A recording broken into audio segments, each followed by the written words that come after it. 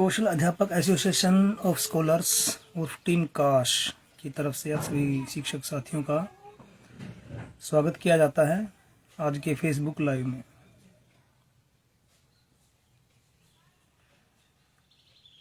क्या आप सभी साथी सुन पा रहे हैं? एक बार कंफर्म कराएं प्लीज। क्या आप सुन पा रहे हैं? हाँ, सतीश जी नमस्कार, सुरेंद्र गोयत जी नमस्कार।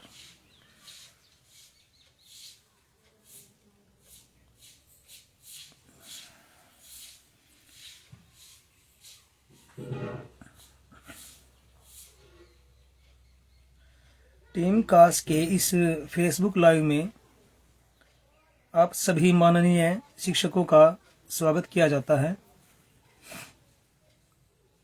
जी नमस्कार मैम। शालू अरोड़ा मैम नमस्कार। Okay, nice for the confirmation from your side. साथियों गुड आफ्टरनून। यशंदर जी वेरी गुड आफ्टरनून। जैसा कि आप सभी शिक्षक साथियों को पता है कि वर्तमान समय में हम एचकेआरएन शिक्षकों का अभी मुख्यतः दो मुद्दों के ऊपर ही लक्ष्य है। पहला कि क्या 8वां वेतन आयोग जो लागू किया गया है, क्या उससे हमारा कोई लेना देना है या नहीं,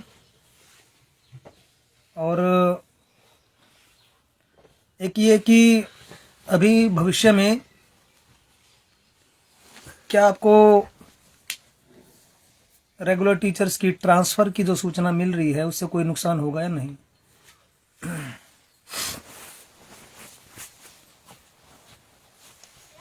और जिन साथियों का डिपार्टमेंट की तरफ से या डीडीओ की तरफ से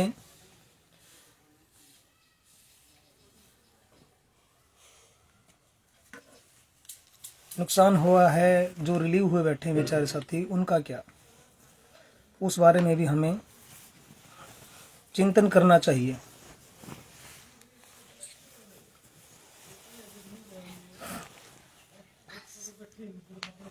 एक बार कमेंट ले लेता हूं मैं साथियों के, इसके बाद काफ़ी कुछ बातें आपके सामने रखनी है। ट्रांसफ़र ड्राइव के लिए क्या अपडेट किए जा रहे हैं सर जी? डिस्कस जरूर करना जी। नमस्कार। ओके सतीश जी ठीक है। Devendra Kumar ji very good afternoon sir. Very good afternoon everyone. Anil Chopra ji बहुत बहुत नमस्कार सर।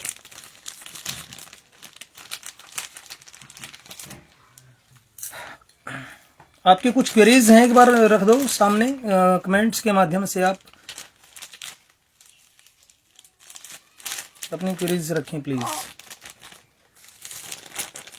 सुमन मैम नमस्कार, सिरसा जिला प्रतिनिधि।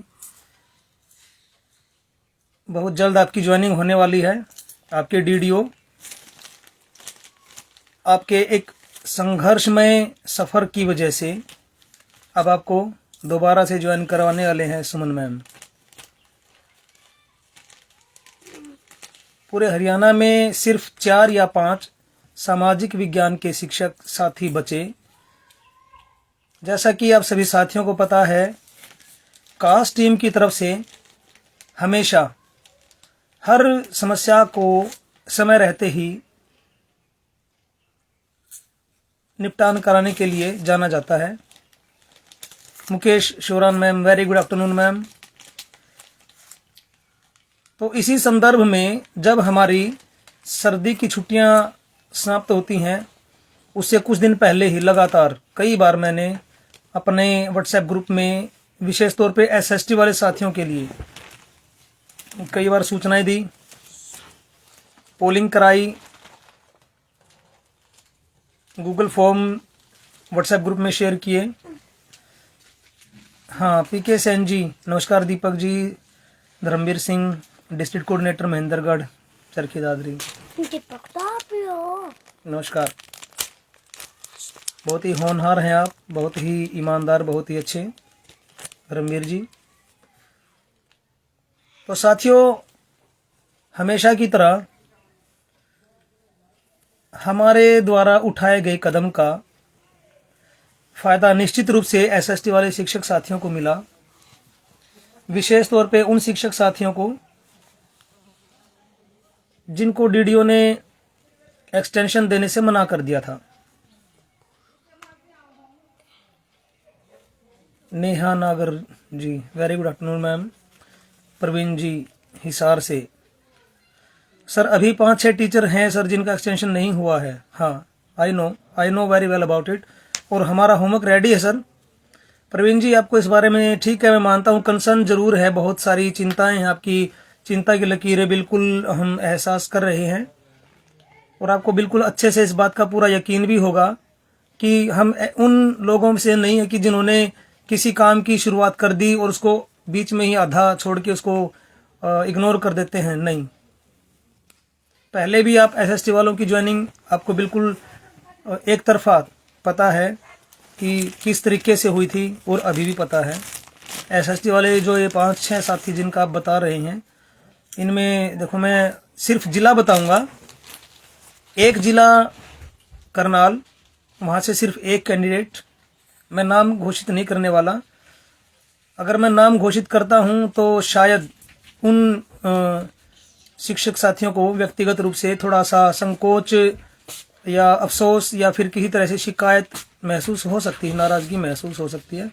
इसलिए मैं सिर्फ जिला बता रहा हूँ, क्योंकि अंधेरे में तीर मारने वाली बात हो जाएगी ना ऐसे। तो अगर मैं ऐसे कह दूं कि 4-5 साथियों का रुका पड़ा है एसएसटी वालों का, वो तो एक तुक्के वाली बात हो गई। तुक्के हम करते नहीं कभी भी।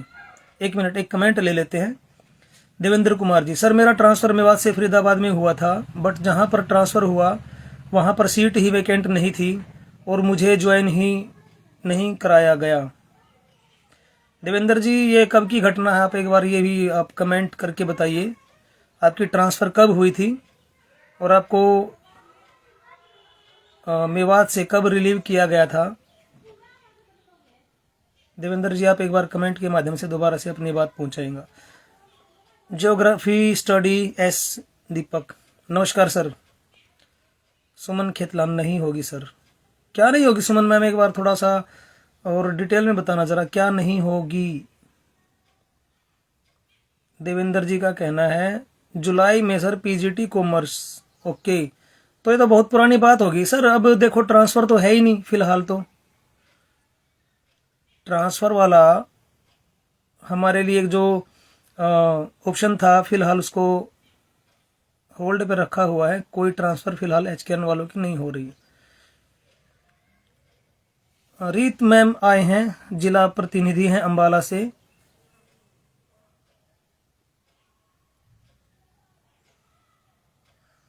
रेखा मैम, आपके पास एक नोटिफिकेशन आया होगा, आप कैमरा देखो एक बार ऑन करके, शायद आप लाइव फेसबुक में जुड़ जाओगे। रेखा मैम, आपसे गुजारिश है, आपके पास एक नोटिफिकेशन आया होगा, ट्राई करके देखिए एक बार, स्क्रीन पे आया होगा नोटिफिकेशन। यस,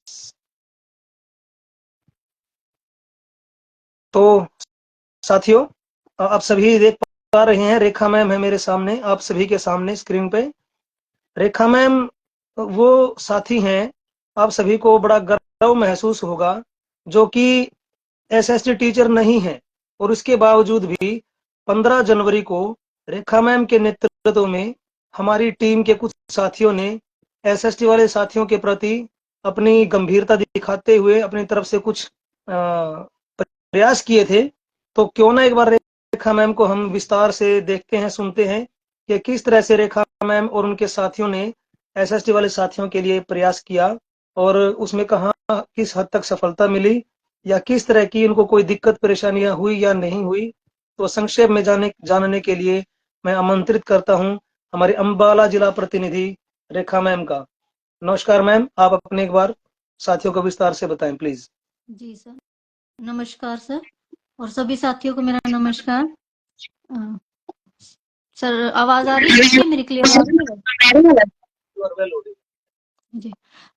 सर हम हम 15 जनवरी को एसएससी टीचर्स के लिए हम अंजलि मैम और प्रदीप सर हम गए थे। बहुत ही पॉजिटिव रिस्पांस मिला, बहुत पॉजिटिव रिस्पांस मिला फिलहाल हमें। जाने जब हम गए, हाँ, लेकिन ये है कि हमें कहीं, सॉरी मेरे को, बिल्कुल सही है मैम। हाँ जी, तो बहुत जाते ही हमें बहुत पॉजिटिव रिस्पांस मिला। पहले हमें यही था कि पता नहीं, एक दो बार तो जब हम स्टार्टिंग में गए थे एक्स टीचर्स को उनके ही उन्होंने पहले तो मिलने से मना कर दिया, लेकिन पता है वहां पे जाके हमें करने पड़ते हैं, घूमना पड़ता है, बात करनी पड़ती है, अपनी बात सामने रखनी पड़ती है, तब जाके हमें अपना जो भी है कोई हल मिल सकता है। जब हम गए फिर वहां पर, और एक्चुअली मेरी आवाज ना, बिल्कुल सही है मैम, आवाज में कोई कमी नहीं है, बिल्कुल सही है सब कुछ आपका। मुझे एक्चुअली नहीं, बिल्कुल सही है मुझे खुद मैम। नहीं सुनाई दे रही है अपनी आवाज। हाँ जी, तो हम वहाँ पीए सर से मिले हम। तो जैसे ही उन्होंने बहुत अच्छे से अच्छा रिस्पॉन्स दिया, पॉजिटिव रिस्पॉन्स दिया कि क्या प्रॉब्लम है आपकी, तो हमने उनके सामने रखी सारी प्रॉब्लम की। ऐसे भी हमें जो टीचर, हमें पता है कि 99% जो है वो हो चुका है, एक्सटेंड हो चुका है।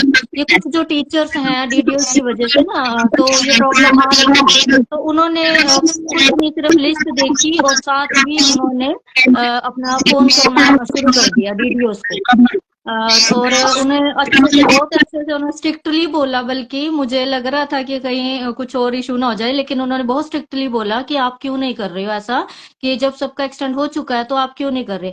एक जो कमी मेरे को, देखो मैं बार बार यही बोलती हूँ सभी साथियों को, सबसे जो हमें कमी लगी ना, उन्होंने 1 बाय 1 पूछा, प्रदीप सर को पूछा कि आप बताओ, पहले आप अपने डीडीओ का नाम बताओ, और फिर अंजलि मैम को बोला आप अपने डीडीओ का नाम बताओ, अब हमें उन्हें कॉल करते हैं, मुझे पूछा, तो हमारा तो वही सेम आंसर था कि सर हमारा तो एक्सटेंड हो चुका है। तो बोले ये जो लिस्ट वाले वो कहाँ है। अब वही है ना, एक निरुत्तर हो जाते हैं हम कि क्या कर सकते हैं इसमें। तो हमने कहा सर वो जो भी हमने देखो बोलना था बोला हमने कि वो ना बहुत दूर है साथी हमारे, तो आ नहीं पाएंगे वो। तो एक ये चीज मेरे को लगी है, मुझे ये लगी है, तो देखो सभी सुन रहे होंगे।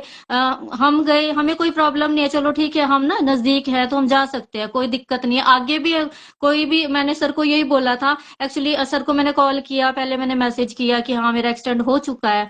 उसके बाद फिर एक्सटेंड होने के बाद मैंने इनको साथ ही मैसेज कर दिया था कि सर मैं एक्सटेंड है या नहीं हुआ, जो भी है मेरा हो चुका है, लेकिन मैंने जाना है, मैंने विजिट में आपको बोला था तो मैंने जाना है। तो आगे भी सर हम यहाँ पे है, पंचकुला में है, अम्बाला में है, तो अगर हमारी जरूरत पड़ती है तो हमेशा हम साथ रहेंगे, आगे रहेंगे सबके। लेकिन बट वहां पे ये प्रॉब्लम होती है सर, वो यही बोलते हैं कि जो जिनका काम है वो कहाँ पर है। तो ये चीज एक हमें बहुत कमी लगी। लेकिन उसके बाद उन्होंने जितने हमारे पास अवेलेबल थे ना, जो डेटा अवेलेबल था, उन्होंने 1 बाय 1 सबको कॉल की। उसके बाद उन्होंने बल्कि कई डीडीओस थे, उन्होंने फोन पिक नहीं कर रहे थे, हो सकता है ट्रू कॉलर पे नाम जा रहा हो या कोई भी इशू हो सकता है, लेकिन उन्होंने 1 बाय 1 कॉल किया। और एक बार नहीं भी कॉल उठाया, उन्होंने 2-3 बार इसी टाइम उसी उसमें उन्हें लग गए, हमें आधा पौना घंटा लग गया था, यानी इस डेटा को उठाने के लिए।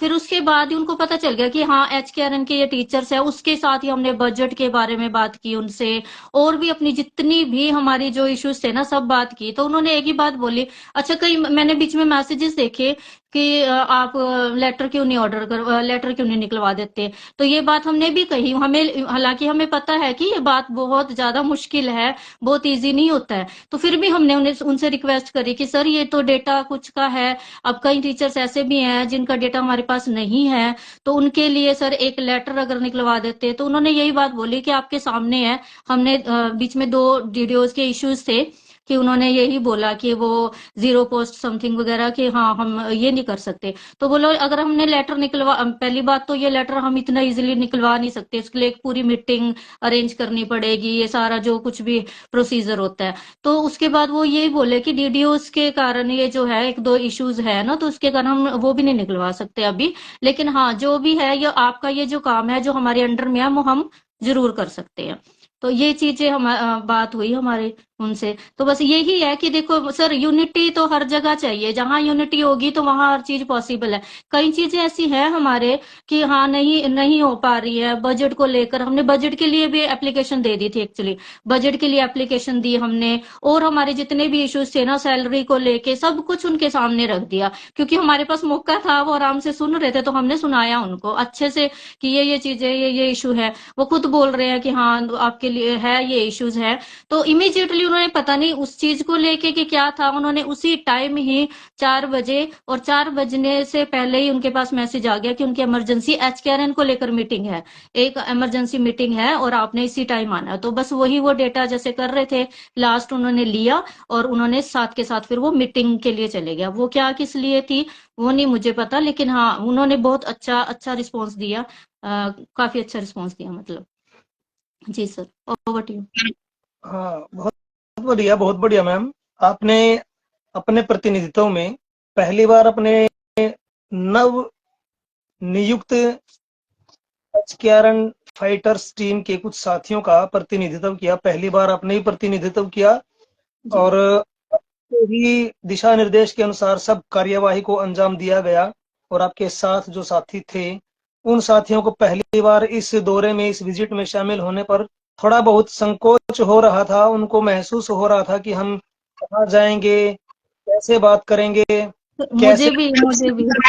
मुझे भी यही था सर, क्योंकि मैं तो, क्योंकि आपके साथ ऐसी थी, टीम हमेशा आगे रहती है और मैं हमेशा पीछे थी। बट ये कि मेरे को देखती थी कि वो कैसे बात करते हैं, तो उस वजह से थोड़ा सा एक्सपीरियंस मुझे मिला और मैंने उसको किया, उसको यूज किया।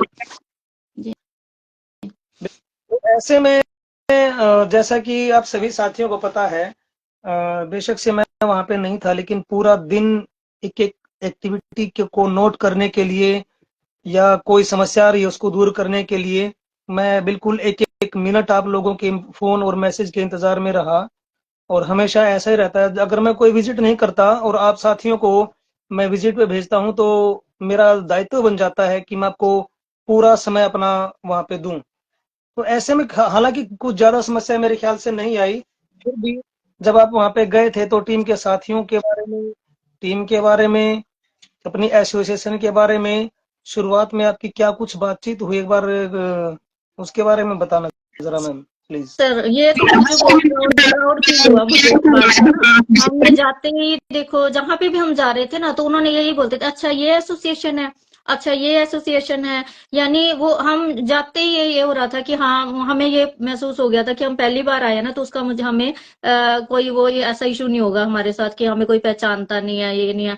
और जो सर है, पीए थे जो सर, वो उन्होंने स्पेशली आपका नाम लिया, तो उनको नाम याद नहीं था, बल्कि वो ये बोल रहे थे, अच्छा आप उस एसोसिएशन से हैं जो एक छोटे से हाइट के लड़के आते हैं, वो उनका नाम है दीपक, लास्ट में क्या है, तो प्रदीप सर ने बोला कि काली रमन सर है, कह रहे हाँ हाँ वही, कि आप अच्छे मार्गदर्शन पे हो। और यानी ये जो टीम है अच्छा करेगी, लेकिन वही है ना सर, मैं बार बार एक ही बात कहती हूँ, यूनिटी की जरूरत है। बस यूनिटी की जरूरत है, स्ट्रेंथ की जरूरत है। अब जहां पे बड़े इशू है सर, उसके लिए स्ट्रेंथ की जरूरत है और पड़ेगी, हमेशा पड़ेगी। हम ये सोचते हैं कि सिर्फ फोन पे ही हम, व्हाट्सएप पे ही सिर्फ मैसेज करके हम काम करें, वो चीज थोड़ा सा ना नहीं हो पाता। एक्चुअली मैम, आपने रेखा मैम जो संदेश दिया, मैं बार बार इस संदेश को मैं साथियों तक पहुंचाता हूं। और मेरा सिर्फ एक लक्ष्य है, यही लक्ष्य है, एकता। जींद में 10 जनवरी को हमने जो मीट करी थी, वहां पे मैंने किसी भी साथी को या किसी भी संगठन को या किसी भी सरकार के प्रतिनिधि को, किसी भी व्यक्ति विशेष को मैंने कुछ भी कंडीशन, टर्म्स कुछ भी नहीं बताया। और पूरी एसोसिएशन की तरफ से, मैं अपनी तरफ से नहीं बल्कि पूरी एसोसिएशन की तरफ से सिर्फ एक बात की डिमांड की गई थी, एकता, यूनिटी। देखो, आज हो सकता है एसएसटी वालों के ऊपर आंच आई हुई है, कल को ऐसा भी हो सकता है कि नए सेशन से, अप्रैल के महीने से, आज ये जो समस्या एसएसटी वालों की बनी हुई है ना, ये इंग्लिश वालों की बन जाए, फिर क्या होगा? ठीक है, बिल्कुल बिल्कुल। इंग्लिश वालों की भी नहीं बनती, टीजीटी की बजाय पीजीटी की बन जाए, फिर क्या होगा? या पीजीटी की बजाय सिर्फ टीजीटी की हो जाए। देखो, कच्चे कर्मचारी में और पक्के कर्मचारी में जमीन आसमान का अंतर होता है, ये इस बात का सभी को अच्छे से ज्ञान है। और उसी ज्ञान के लिए आप साथी बार बार न जाने कितनी बार फोन भी करते हैं, मैसेज भी करते हैं। और जैसे रेखा मैम ने बताया अभी, घर पे बैठे बैठे व्हाट्सएप खेलना बड़ा आसान है। आज सुबह सुबह एक साथी, एक महाशय शुरू हो गए कि हाँ, ये जो एसोसिएशन बजट की बारे में कुछ बात नहीं करते, ये उठा के ग्रुप से किसी को भी रिमूव सर कर देते। सर एक मिनट सर, मैं इस बारे में ना यही कहना चाहूंगी। देखो, नरेश सर की बात ना हमेशा कोई सुनता ही नहीं ढंग से, पता नहीं क्यों नहीं सुनता है, मुझे ये समझ नहीं आती कि वो इतने क्लियरली वे में बात कर देते हैं ना सर, कि उसमें ये है कि उनकी बातों में ना क्वेश्चन भी होता है और उसका सॉल्यूशन भी होता है। लेकिन मुझे नहीं लगता कि कोई साथी उनकी बात अच्छे से सुनता होगा। कि नरेश सर यानी कि हर बात आपको पता है टेक्निकली और बहुत ही ऑथेंटिक होता है उनकी जो बात होती है। तो लेकिन पता क्या है सर, कि ये जो सिर्फ बात बात करने से कुछ नहीं होता। हर चीज में मैं खुद कहती हूँ कि मेरा हमेशा सॉल्यूशन हुआ है। मैंने जब से इस ग्रुप से जुड़ी हूँ ना, हमें उस दिन देखो एक्सपीरियंस बताने रह गए थे, लेकिन फिर भी चलो आज जो भी कोई सुन रहा है ना, थोड़े बहुत मैं आपको बताती हूँ। जब हम 2 दिसंबर को हमारे जो शॉर्ट लिस्ट हुए थे, उसके बाद से हमें पता है, गुरदीप मैम को पता है, दीपक सर को पता है, शमा मैम को पता है, रितु मैम को पता है कि हमने कितनी विजिट करी है। और हम यानी कि जो बड़े बड़े मंत्री थे ना, उनके हाथ खड़े हो गए थे। शिक्षा मंत्री अगर आपको ये बोल दे कि ये तो हमारे बस की बात है नहीं मैडम, हमने जितना जोर लगाना था लगा दिया, अब कुछ नहीं हो सकता। उस टाइम में भी हम इस सिर्फ इस टीम को लेके मोटिवेट हुए हैं। तो फिर हमने चलो, हमें थोड़ा थोड़ा धीरे धीरे जहां पे भी रास्ता दिखा हम चले, वहां तक गए। तो ये इश्यूज जो है ना वो होंगे। ये देखो, शॉर्ट ऑफर लेटर निकलवाने से बड़ी बात कोई भी नहीं थी, आगे भी नहीं होगी। ऑफर लेटर निकल गए, आप इस जॉब में आ गए, तो इससे बड़ी बात और कुछ हो नहीं सकती। आज मेरी सैलरी को ना, मैं आपको सर इसलिए मैं ये सिर्फ इसलिए बोल रही हूँ कि मैंने जब जब से मेरा ट्रांसफर हुआ है, जुलाई में मेरी सैलरी, यानी जून तक मेरी सैलरी आई थी। जब से मेरा यहाँ ट्रांसफर हुआ है, मेरे को 8-7 महीने हो गए हैं, सैलरी नहीं आई। और मैंने एक सिंगल मैसेज नहीं किया, कभी सिंगल मैसेज नहीं किया ग्रुप में कि हाँ मेरी सैलरी नहीं आई। मुझे पता है कि हाँ हम इस जॉब में बने हुए हैं ना, तो सैलरी आ जाएगी। जो बड़े इश्यूज है ना सर, उसको लेके हमें आगे आना चाहिए। जैसे अब हम वहां पे जो वो राम तेरी मैडम है ना, अब वो अकेले घूम रहे थे। कल को ये ना हो, वही आपकी बात है कि अगर सर टीजीटी वालों के ऊपर, पीजीटी वालों के ऊपर अगर एक एक करके ये मुसीबत आ गई ना सर, कोई नहीं इसको फेस कर पाएगा। तो इसलिए मैं यही कह रही हूँ, प्लीज प्लीज यूनिटी बनाओ। एक नरेश सर जो है ना, उनकी बातों को ध्यान से सुना करो। वो उनका सॉल्यूशन भी देते हैं, वो सिर्फ आपको ये नहीं करते कि हाँ भाई आपको क्वेश्चन पुट कर दिया, ये हो जाएगा ये हो जाएगा, उसके बाद वो उसका सॉल्यूशन भी देते हैं। अब उसको सुना करो। और वो एक ही बात है कि यूनिटी, बस ये चीज यानी आपको आगे लेके आनी पड़ेगी। जहां स्ट्रेंथ की जरूरत है वहां स्ट्रेंथ दिखानी पड़ेगी। ये मैं कहना चाहती हूँ सर। एक्चुअली रेखा मैम,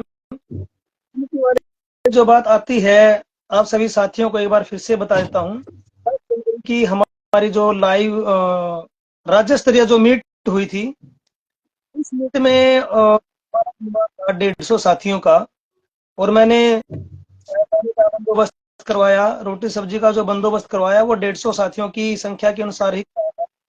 मौसम खराब था, धुंध बहुत ज्यादा थी, तो मैंने सोचा कि शायद 150 तो ज्यादा हो गए हैं, शायद ये 110 120 के आसपास ही साथी आ पाएंगे, मेरा ये अनुमान था। लेकिन मैं हैरान हो गया, यूनिटी वाली बात जब आई, मैंने देखा अपनी आंखों से, और मैंने नहीं, पूरा शिक्षक समुदाय वहां पे उपस्थित था, सबने देखा कि 150 के एवज में 300 साथी वहां पहुंचे। किस तरह से पहुंचे, इतना होने के बावजूद भी, क्योंकि एक यूनिटी उनको दिखानी थी और उनको भरोसा था कि हाँ ये एसोसिएशन औरों से अलग है। और बहुत लोगों ने, कम से कम 20-30 लोगों ने मेरे को पर्सनली ये बात बोली कि सर हमने आज तक इतना शानदार कार्यक्रम नहीं देखा कहीं पे भी, किसी जहाँ पे इस तरह से अपने समुदाय के साथी इकट्ठे होते हैं, नहीं देखा कभी। तो जब आप साथी इतना बढ़िया तरीके से ये बात बताते हैं, तो हमारा जो भी 4-5 दिन का संघर्ष था, मेहनत थी, वो अपने आप सफल हो जाती है, उसकी सफलता वहीं से साबित हो जाती है। अब बात आती है कि विजिट का, राज्य स्तरीय इस मीट का, फाइटर फैमिली मीट का क्या कुछ शॉर्ट में कार्यक्रम रहेगा, तो बता देता हूँ। मीटिंग की शुरुआत जो की गई थी, उसमें मुकेश मैम नरवाना से जींद जिला प्रतिनिधि के तौर पे रिलीव्ड साथियों का प्रतिनिधित्व करने वाले हमारे नरेंद्र जी अलेवा से, उन साथियों ने अपने अपने विचार रखे। गुरदीप मैम ने हमारे संघर्ष की कहानी, किस तरह से हमने ज्वाइनिंग हासिल करी, उस पूरे संघर्ष की कहानी को के माध्यम से सभी साथियों के बीच में रखा। उनके अलावा सविता मलिक मैम हैं, भी इस संदर्भ में अपने विचार रखे। और अन्य साथी जैसे शमा मैम हैं, उन्होंने भी अपने विचार रखे। कुछ कई सारे साथी थे जिन्होंने कंप्लीट ये जो एक संघर्ष की कहानी थी उसको विस्तार से बताया साथियों के बीच में। उसके बाद हमारे जो चीफ गेस्ट हैं, उन्होंने अपने विचारों को रखा। कुछ साथी उनसे नाराज जरूर हो गए थे, वे आउट नाम का जो उन्होंने शब्द सुना, और उसके बाद उनके वे आउट का जवाब हमने अपने तरीके से दिया। उनके यक्ष सवाल का जवाब हमने अपने तरीके से दिया, यक्ष जवाब हमने उनको दिया। और इस जवाब का पूरा शिक्षक समुदाय वहां पे गवाह है। और उसके बाद मैंने बार बार माइक पे अनाउंस किया कि सभी साथियों को अभी बहुत सारी बातें बताई जाएंगी, विशेष तौर पे जो तकनीकी समस्याएं आ रही हैं साथियों को, उनके बारे में नरेश धूल जी को संबोधित करेंगे।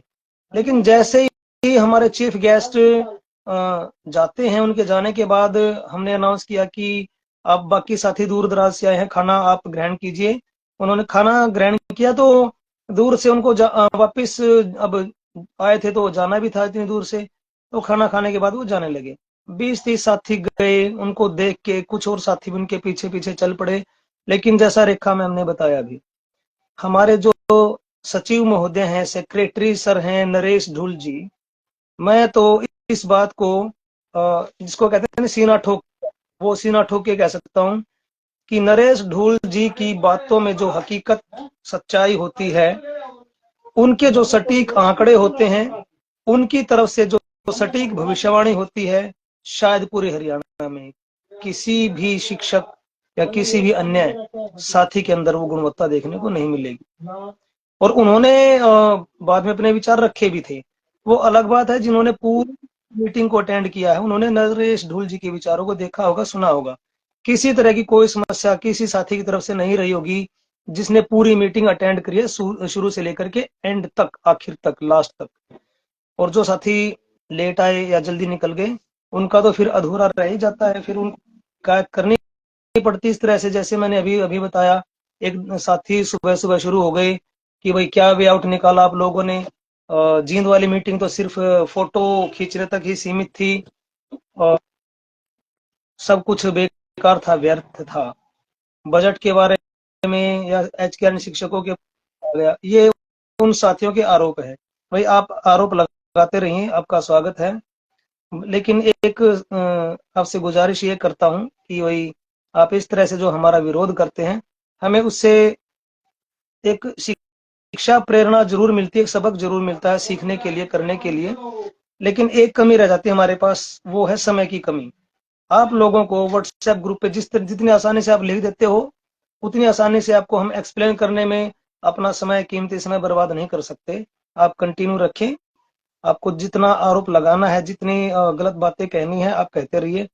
हमारा ध्यान वही बात जो मैंने अभी 3-4 दिन पहले भी फेसबुक लाइव में साथियों को बताया था कि काश एसोसिएशन उस अर्जुन की तरह काम करती है। लक्ष्य साध रखा था अर्जुन की तरह कि वही मछली की आंख को निशाना बनाना है, और इस टीम का भी लक्ष्य सिर्फ एक है, एचकेआरएन शिक्षकों की छोटी से छोटी और बड़ी सी बड़ी समस्या को जड़ समेत उखाड़ के फेंकना, और वो भी अपने दम पे। एक दो साथी ने सुझाव दिया कि सर कुछ पैसे वगैरह ले दे करके आप हमारे साथ करवाइए। नहीं, हम ना तो रिश्वत लेते ना हम रिश्वत देते, जो भी करते हैं खुल के करते हैं, सबके सामने करते हैं। किसी तरह की कोई बात आज तक किसी भी साथी से छिपाई नहीं गई, चाहे वो मुख्य कार्यकारिणी का सदस्य है या प्रो ग्रुप से जुड़ा हुआ एक आम सदस्य है। इतनी पारदर्शिता के साथ हम काम करते हैं। लेकिन अब रेखा मैम के शब्दों से आप सभी साथियों को एक प्रेरणा लेनी है कि जब जब जहां जहां आप साथियों को एकजुट होकर आमंत्रित किया जाए, बुलाया जाए, आप सभी साथियों को अपनी सभी घरेलू या व्यक्तिगत इमरजेंसीज को छोड़ करके, भुला करके आपको निकलना चाहिए। टीम के साथ खड़े होना चाहिए, संगठन को मजबूत बनाने में साथ देना चाहिए। तो अभी मैं फिर से एक बार रेखा मैम को आमंत्रित करना चाहूंगा कि रेखा मैम, आपके विचार 15 जनवरी की जो आपने विजिट करी थी उसमें किस हद तक आपको सफलता मिली, और आपकी तरफ से अपने इन शिक्षक साथियों को जनवरी की जो हमारे राज्य स्तरीय मीट रही या फिर आपकी 15 जनवरी की जो विजिट रही, तो उसमें आपको क्या कुछ इन साथियों को अपनी तरफ से संदेश प्रेषित करना है, क्या कुछ कहना है? एक बार थोड़ा सा उस संदर्भ में एक बार साथियों को बताएं please. Rekha ma'am, it's over to you. जी, जी। मैं यही कहना चाहूंगी, सभी साथियों को यही कहना चाहूंगी कि ये जो देखो मीट रही ना 15 जनवरी को, जो भी मीट रही, एक तो अनएक्सपेक्टेड सी थी हमारे लिए, तो कि हाँ हमने जाना है, ये पता था हमने जाना है, लेकिन वहां कोई हमें दिखेगा नहीं, ये एक्सपेक्ट नहीं किया था हमने। लेकिन फिर भी जब चलो हम गए, मैं ये कहती हूँ कि मैं खुद यही सोचती थी कि मैं हमेशा पीछे ही रही हूँ, मैं हमेशा विजिट में साथ रही हूँ, कभी आगे नहीं गई, मेरे को मौका ही नहीं मिला आने का, क्योंकि सर सभी सभी संभाल लेते थे। तो लेकिन सिर्फ मेरे को जाने से इतनी इतनी ज्यादा नॉलेज मिली, एक्सपीरियंस मिला, और इतनी मोटिवेशन मिली कि हाँ अब नेक्स्ट वीक, जब अगर नेक्स्ट वीक जब भी कभी विजिट होगी तो मैं बिल्कुल जा सकती हूँ, बात भी रख सकती हूँ अपनी। तो ये चीज सबके अंदर होनी चाहिए, जितने भी साथी है ना। और जैसे अपनी प्रॉब्लम होती है ना, जैसे एसएसटी टीचर्स की प्रॉब्लम थी, वो उसको अच्छे तरीके से रख पाते, लेकिन हमने देखो, हमने तो पूरा अपना जोर लगा दिया, प्रदीप सर ने, अंजलि मैम ने, नहीं सर प्लीज कुछ तो करो उन साथियों के लिए, कि हम अगर इतनी दूर आए हैं कि वो यानी कि ऐसा ना हो कि हाँ वो बेचारे रह ही जाएं, क्योंकि सभी टीचर्स का तो हो चुका था ना, एक्सटेंड हो चुका था। तो इन चीजों को लेके सभी साथियों को ये होता है कि हाँ जो अगर हमारी प्रॉब्लम है ना, तो प्लीज वो आप आगे आए, खुद आगे आए, उनको खुद लेकर जाए, अपनी प्रॉब्लम को वहां पर रखें। तो मेरे ख्याल से वो अच्छे तरीके से वो आप उनको उसके सामने रख सकते हो, उनके सामने, और उसको सॉल्यूशन भी आपको मिलेगा। जाओगे तो सॉल्यूशन मिलेगा, ऐसा नहीं है कि अगर आप जा रहे हो आपको कुछ नहीं, कुछ ना कुछ तो वहां से ये है कि हाँ हम एक्सपीरियंस लेकर ही आएंगे। तो मैं यही बस इतना ही कहना चाहूंगी कि आगे भी अगर कोई विजिट होती है तो प्लीज जो है सभी साथी साथ दें, अगर अपना मैटर है तो बिल्कुल आगे रहे। मेरी ट्रांसफर को लेके देखो, जो भी था, मैं हमेशा 2-3 विजिट में जरूर गई हूँ, और आज देखो कहाँ मैं, आपको पता है सर इतना प्रॉब्लम थी मेरे डीडीओस के साथ तो ना, कि यानी बिल्कुल भी वो मैनेज नहीं करते थे, बिल्कुल भी कोऑपरेट ही नहीं करते थे। तो आज जो है मैं विजिट में गई, 2-3 विजिट जितनी भी थी, और आज मेरा 4 या 5 किलोमीटर जो है मेरे को आराम से ट्रांसफर हो गई मेरी, बस सच में बहुत खुश थी। लेकिन अब मेरे को कोई वो नहीं है कि सिर्फ एक यही है कि जो हमारा जॉब सिक्योरिटी है उसको लेके ये बहुत बड़ा मुद्दा है, और उसके लिए बहुत टाइम लगेगा और बहुत विजिट करनी पड़ेगी, लेकिन हो जाएगा, टीम साथ है तो बिल्कुल होगा, 100% होगा सर ये। जी हाँ रेखा मैम, ये अपने अंत में जो है, ये हर उस साथी के लिए प्रेरणा स्रोत का काम करेंगे। रेखा मैम ने भी संघर्ष किया है, संघर्ष हर साथी ने किया है, और उस संघर्ष को अगर आप सिर्फ स्वयं तो उसका काम जीरो ही रहता है, लेकिन टीम के साथ मिलकर अगर आप करते हैं, टीम के दिशा निर्देशानुसार आप काम करते हैं, तो उस संघर्ष में सफलता। रेखा मैम का जो इशू था, ऐसे होते थे 1 मिनट भी अगर इनको हाफ डे रजिस्टर में, इनको बड़ा दुख होता है ऐसी हालात में, दुख कि 1 मिनट लेट हो जाने पे भी डीडीओ अगर हाफ डे लगा दे, जो कि नियमानुसार कतई सरासर बिल्कुल गलत है। 10-15 मिनट तक का तो हर डीडीओ कर देता है कोऑपरेट, और लगातार अगर कोई साथी फिर भी हर रोज इस तरह से आता है कि भाई आधा आधा घंटा 1 घंटा लेट आता है, तो उस केस में भी 1/3 का प्रावधान किया गया गवर्नमेंट की तरफ से, कि भाई लगातार 3 दिन अगर आधे घंटे या 15 मिनट या इससे ज्यादा समय तक अगर कोई शिक्षक लेट हो जाता है, तो लगातार 3 दिन अगर वो लेट हो जाता है तो उसको आप 1 दिन की उसकी सैलरी काट सकते हैं, ऐसा प्रावधान है। लेकिन इनको डीडीओ ने अपनी मनमानी के चलते परेशान कर रखा था। मैम को भी बड़ी दिक्कत आ रही थी कि शायद ये जॉब कंटिन्यू नहीं कर पाएंगे, और इनकी तरफ से ट्रांसफर का बार बार हो रहा था कि भाई मेरी ट्रांसफर होनी चाहिए। और जैसा कि आप साथियों को पता है कि कास्ट एसोसिएशन के प्रतिनिधियों की ज्वाइनिंग से पहले ट्रांसफर में जो समस्या थी साथियों को, उन ट्रांसफर को शुरू के 6 महीने तक हमने 3 बार कंटिन्यू सफलतापूर्वक उसका संचालन करवाया। ट्रांसफर हुई साथियों की, अपने अपने नजदीकी स्थानों पर उनकी ज्वाइनिंग हुई। हालांकि ये समस्या अभी भी बरकरार है। अब सभी का तो ट्रांसफर नहीं हो सकता, इस बात को तो आप भी स्वीकार करें। अगर कोई साथी ये सोचता है कि भाई मेरी ट्रांसफर 1, 2 या 3 किलोमीटर तक के दायरे में हो जाए, इट्स नॉट पॉसिबल। आप फैक्ट को स्वीकार कीजिए। अगर ऐसा हो जाए संभव, तो फिर आपको ये भी सोचना चाहिए कि सभी साथी एक ही स्टेशन पे नजर गाड़ के बैठ जाएंगे और उनकी आपस की ही मन मुटाव इतने बढ़ जाएंगे कि भाई ये क्यों आया, मैं आ जाता इस स्टेशन पे, मेरी यहाँ पे ज्वाइनिंग हो जाती। और एक स्टेशन पे 10-10 आदमियों की नजर हो जाती। तो ऐसा पॉसिबल होता ही नहीं। ऐसा कभी भी नहीं हुआ आज तक के इतिहास में, चाहे वो रेगुलर कर्मचारी है और हम तो वैसे भी कच्चे कर्मचारी हैं, संविदा नियुक्त कर्मचारी हैं। हमारे लिए तो ये फैसिलिटी सिर्फ एक यूं मान लो कि संयोग की तरह काम करती है कि हमें नजदीकी स्टेशन मिलता है या नहीं। कुछ साथियों के लिए हमने अपनी तरफ से प्रयास किया था, हमें सफलता मिली। हमें खुशी है इस बात की कि हमारे उन साथियों का नजदीकी स्टेशन उनको मिल चुका है। अभी मैं मैसेज पे, ये कमेंट पे नजर मेरी जा रही है तो मैं देख पा रहा हूँ, कुछ एक साथी कह रहे हैं कि सैलरी का इशू है अभी भी, बजट का इशू है अभी भी। प्रेम सर कह रहे हैं कि यस सर, नरेश सर ने बताया था हमें लास्ट तक रहे थे। जी बिल्कुल प्रेम सर, नरेश ढोल जी ने मीटिंग के एंड तक सभी साथियों को पॉइंट टू पॉइंट, जैसे कि एक संविधान की अनुसूची होती है, जैसे कि किसी न्यायपालिका के संदर्भ में एक नियमों की सूची या अनुसूचियों को विस्तार से बताया जाता है, कितना सटीक आंकड़ों का प्रबंधन नरेश जी की तरफ से किया गया था और कितने ही शानदार तरीके से उन्होंने उनको पेश किया था। और जो जो साथी उन शब्दों को वहां पे सुन रहे थे, उनका कोई भी डाउट नहीं रहा होगा। तो साथियों, आप सभी को सबसे पहली बात ये ध्यान रखनी है कि आपको अपनी जॉब बचानी है। बस पहला टारगेट आपका ये होना चाहिए, आपकी जॉब चलती रहे। सैलरी लेटर ये कोई बात नहीं, आपका इस सेशन तक रहेगा। और इस सेशन में भी रहेगा कितना, लगभग 2.5 महीने, 2.5 महीने से भी कम का टाइम रहेगा। अगले सेशन से हमारा बजट का नहीं हो पाएगा।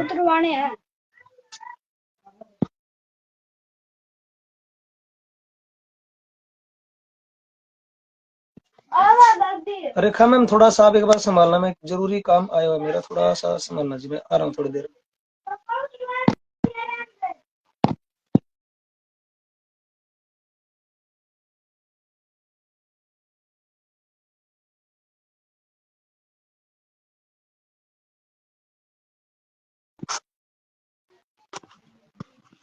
ठीक है, ठीक है, नाउ आई एम फ्री। थोड़ा सा कैमरा एडजस्ट कर लेता हूँ। ओके, तो जिन साथियों का सैलरी का इशू बना हुआ है, उनको सैलरी के लिए नरेश ढूल जी से व्यक्तिगत रूप से फोन करके परेशान करने की जरूरत नहीं है। आप साथियों को सिर्फ एक काम करना है। अनेक बार कहा गया है, बहुत बार बताया गया है कि भाई आप सिर्फ अपने जिला प्रतिनिधि से संपर्क कीजिए, आपका कुछ भी इशू है। अब एक व्यक्ति के पास दिन भर में 50 कॉल, 100 कॉल्स जाएंगी, तो क्या वो सभी 50 या 100 कॉल को अटेंड कर पाएगा? और क्या उन सभी 50 या 100 का समाधान करा पाएगा? नहीं करा पाएगा। अगर आप अपने जिला प्रतिनिधि के माध्यम से टीम तक अपनी बात पहुंचाते हो, तो उसका एक तरीका है। टीम के प्रतिनिधियों की तरफ से जब वो समस्याएं रखी जाती हैं, उनकी एक सूची बनाई जाती है, क्रमवार उनका निपटारा करवाया जाता है। और कुछ तो साथी ऐसे होते हैं जिनकी समस्याएं लगभग सेम होती हैं, तो उनकी सेम सूची बना करके हम उसको फिर निदान करवाते हैं। तो ऐसे में आप साथियों को थोड़ा सा अपना संयम बनाए रखना चाहिए।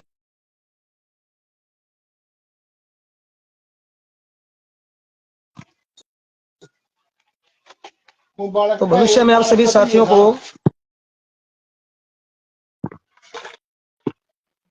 साथियों को भविष्य में भी अगर कुछ भी इस तरह से दिक्कतें आती हैं, आपको बड़ा आसान लगता है, व्हाट्सएप पे भी लिख देते हो कि मैंने फोन नहीं उठाया, नरेश डूल जी ने फोन नहीं उठाया। नहीं, it's not possible for us. हम काम भी करें आपके लिए, हम फोन भी अटेंड करें आपकी, और ये तो होता नहीं कभी भी कि आपकी हमने फोन कॉल को अटेंड कर लिया, आप 1 या 2 मिनट में आप फोन काट देते हो। नहीं, कई बार तो 15-15, 20-20 मिनट, आधा घंटा भी आप ले लेते हो अपनी कॉल को, आप इतना ज्यादा इंपॉर्टेंट मानते हैं। ठीक है भाई, कभी कभार हम रिसीव कर भी लेते हैं जब जब हमें लगता है कि हाँ हमारे पास समय है, या आपका विषय वास्तव में काफी गंभीर है, तो ऐसे में हम अपना कर लेते हैं समय समायोजन समय का। लेकिन आप लोगों को इस बारे में संयम रखना ही होगा। आप सीधा मुझ तक या नरेश जी तक या शमा मैम तक, विशेष तौर पे हम 3 और एक अपने गुरदीप मैम, यमुनानगर जिला प्रतिनिधि, हम 4 साथियों के पास तो आप इतने सारे फोन कॉल करते हैं। और कुछ साथी तो ऐसे हैं जिनको ऐसा लगता है कि हर रोज एक बार बात हो जाए कम से कम, बस इन 4 प्रतिनिधियों से। तो संयम रखो। आप सीधा हमारे से बात ना करके, आप जिस भी जिले से संबंधित हैं, अपने जिला प्रतिनिधि का नंबर सेव करो अपने फोन में, आप उनसे संपर्क करो, फोन पे, व्हाट्सएप पे, कैसे भी करके आप उनका विश्वास हासिल करो, उनके टच में बने रहो। आपको जब जरूरत होती है आप उनका साथ लीजिए, और उनको जब जरूरत होती है आप उनको साथ दीजिए।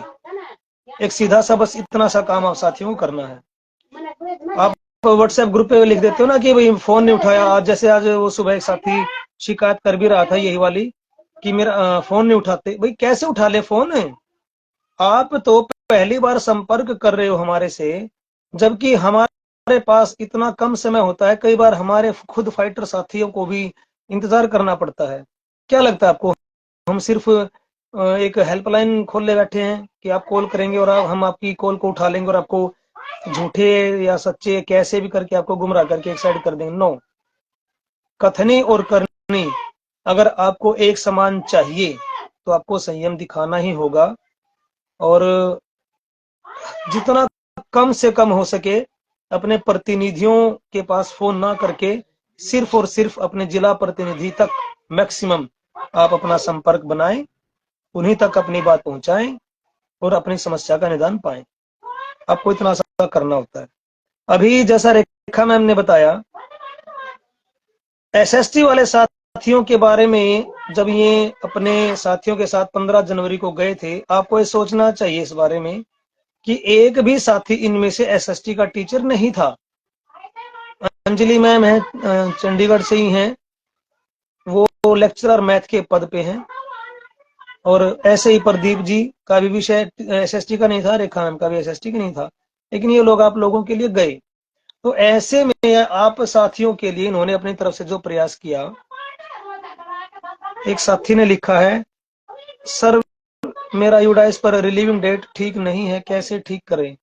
सर ये जो आपका तकनीकी इशू है, इस संदर्भ में आप सीधा नरेश ढोल जी से संपर्क करें। यूडाइस का वैसे कोई ज्यादा इशू होता नहीं, आपके स्कूल के जो क्लर्क हैं वो उसको कर सकते हैं, वहाँ पे करेक्शन का ऑप्शन होता है। एग्जाम्पल के तौर पे मैं अपना बता दूं, मैंने दिल्ली में 12-13 साल लेक्चरर इंग्लिश के पद पे काम किया। यूडाइस से मेरा वहां पे लेक्चरर इंग्लिश के पद का ही सारा का सारा ब्यौरा सेव था। और जैसे ही मेरे स्कूल में मैंने हरियाणा में टीजीटी इंग्लिश पे ज्वाइन किया, तो मेरे स्कूल में जो क्लर्क है उन्होंने मेरे टीजीटी इंग्लिश का सारा वो डाटा है वो अपडेट कर दिया। अपडेट हो जाता है वो, आपकी जो जो रिलीविंग है, ज्वाइनिंग है, वो सब कुछ वहां पे आप चेंज कर सकते हो, उसमें कोई दिक्कत नहीं आती आपको। आपकी पर्सनल नाम की स्पेलिंग्स, आधार कार्ड डिटेल्स ये तो आप एडिट नहीं कर सकते, लेकिन ये वाली चीज आप एडिट कर सकते हो कि कब आपकी रिलीविंग हुई, कब आपकी ज्वाइनिंग हुई, कहाँ किस पद पे आपने ज्वाइन किया, ये आप कर सकते हो। फिर भी डिटेल में इस बारे में जानने के लिए आप एक बार नरेश जी से संपर्क कर लीजिएगा, ये आपका एक अलग मुद्दा है। जगसर शीरा जी कैथल से, सर मेरी एक्सटेंशन नहीं हुई है, मेरा उस लिस्ट में नाम नहीं था जो आपने भेजी थी। हाँ जब सर मैं अब यही बात कह रहा था कि हमने 2 बार अपने व्हाट्सएप ग्रुप पे आपके लिए गूगल फॉर्म भेजा, और उन दोनों ग्रुप में दोनों आपके गूगल फॉर्म में कुछ साथियों ने तो अपनी डिटेल भेज रखी है। अब वहां गड़बड़ी हो गई, कुछ ने तो दूसरे गूगल फॉर्म में अपनी डिटेल सबमिट करवा दी, कुछ ने पहले में करवा दी। ऐसे में फिर अब हम क्या करें? आपको क्या लगता है कि ये हमारी गलती है या आपकी गलती है? पहले वाले गूगल फॉर्म में कुछ तकनीकी इशू आ रहे थे, इसी वजह से हमने दूसरा गूगल फॉर्म आपके लिए भेजा। हमने अपनी जिम्मेदारी को वहां पे निभाया। ऐसे में आपको दोनों के दोनों गूगल फॉर्म में, चाहे आपको 2 बार 10 बार, जब जब आपका फॉर्म सबमिट हो रहा है, आप अपना डिटेल सबमिट करवाते हैं। आगे भविष्य में भी आप इस तरह की गलती ना करें प्लीज, क्योंकि गूगल फॉर्म तो सिर्फ एक ही बार सबमिट होता है, दोबारा सबमिट होता ही नहीं। आगे से आप इस बात का ध्यान रखें। आपकी ये जो डिटेल्स हैं हमने फिर दोबारा से उच्च अधिकारियों के पास भिजवा दी हैं।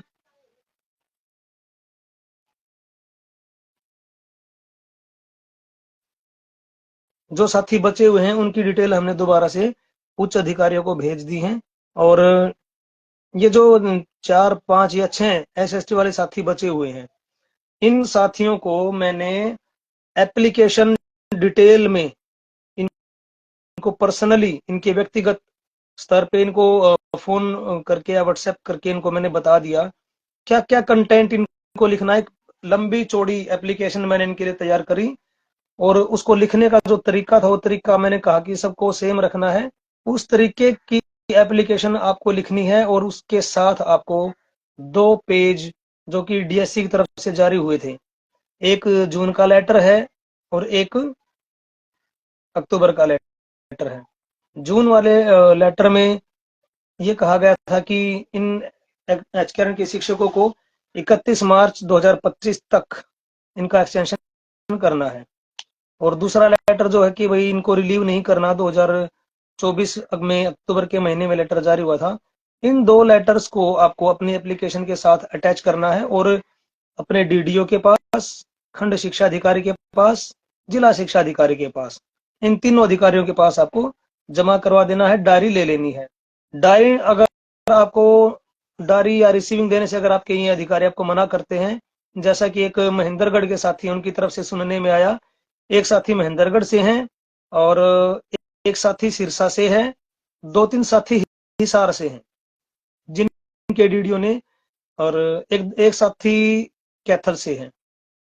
इन साथियों को ये जो इश्यूज आ रहे थे, इनको जैसा जैसा हमने बताया कि भाई आपको अपने खंड शिक्षा अधिकारी के पास, जिला शिक्षा अधिकारी के पास ये तीनों डॉक्यूमेंट सबमिट करवा देने हैं, रिसीविंग ले लेनी है।